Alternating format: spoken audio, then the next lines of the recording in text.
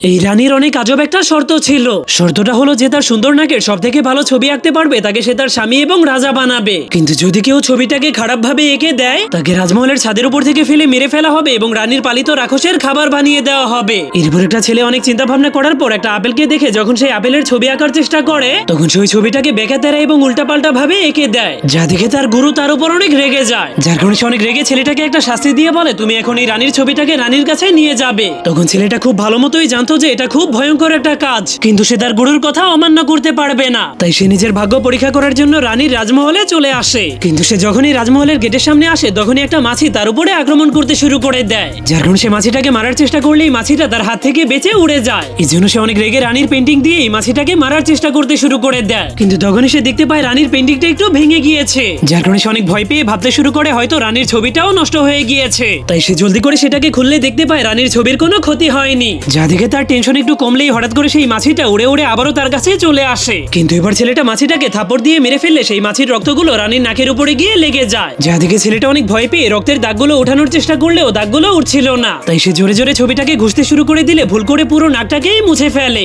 যার কারণে এবার সে ভেতর থেকে একদমই ভেঙে পড়েছিল। সে বুঝতেই পারছিল না যে সে এখন কি করবে, যার কারণে সে এদিক ওদিক হেঁটে হেঁটে ভাবতে শুরু করে এই ভুলটাকে কিভাবে ঠিক করা যায়। তখন সে একটা ব্রাশ দেখতে পেলে জলদি করে ব্রাশটাকে উঠিয়ে আবারও নাক আঁকতে শুরু করে দেয়। কিন্তু সে এতটাই ভয় পেয়ে গিয়েছিল যে তার হাত কাঁপতে শুরু করে দিয়েছিল। এই জন্য সে ভুল করে নাকের জায়গাতে কাগজের উপরে সোজা একটা লাল দাগ এঁকে দেয়। তখনই রানী সৈনিকেরা ছেলেটার দিকে আসতে শুরু করে দিলে ছেলেটা আরো বেশি ভয় পেয়ে জলদি জলদি নাকটাকে আঁকতে শুরু করে দেয়। কিন্তু সে এখন যেই নাকগুলোকে আঁকছিল সেগুলো দেখতে অনেক খারাপ দেখাচ্ছিল। তাই সে অনেক ভয় পেয়ে ভাবতে শুরু করে যদি সে ঠিকমতো নাকটাকে আঁকতে না পারে তাহলে তাকে রানীর পালিত রাক্ষস খেয়ে ফেলবে। তখন সে যতই ভাবছিল তার ভয় ততই বেড়ে যাচ্ছিল। কিন্তু এবার সৈনিকেরা তাকে জোর করে ধরে রানীর সামনে নিয়ে আসে। তখন সে ধীরে ধীরে রানীর কাছে যেতে শুরু করলে রানীর বাঘটাকে দেখে অনেক ভয় পেয়ে যায়। তার মনে হচ্ছিল রানীর বাঘটা এখনই তাকে কাঁচা খেয়ে ফেলবে। এই জন্য ছেলেটা ভয় পেতে পেতে জলদি করে ছবিটা রানীকে দেখাতে শুরু করে। তার মনে হচ্ছিল রানী এই খারাপ ছবিটাকে দেখলেই তাকে তার রাক্ষসের খাবার বানিয়ে ফেলবে। কিন্তু তখনই একটা চমৎকার ঘটনা ঘটে যায়, কারণ রানী সেই ছবিতে আঁকা নাকটাকে দেখে অদ্ভুত ভাবে হাসতে শুরু করে দিয়েছিল।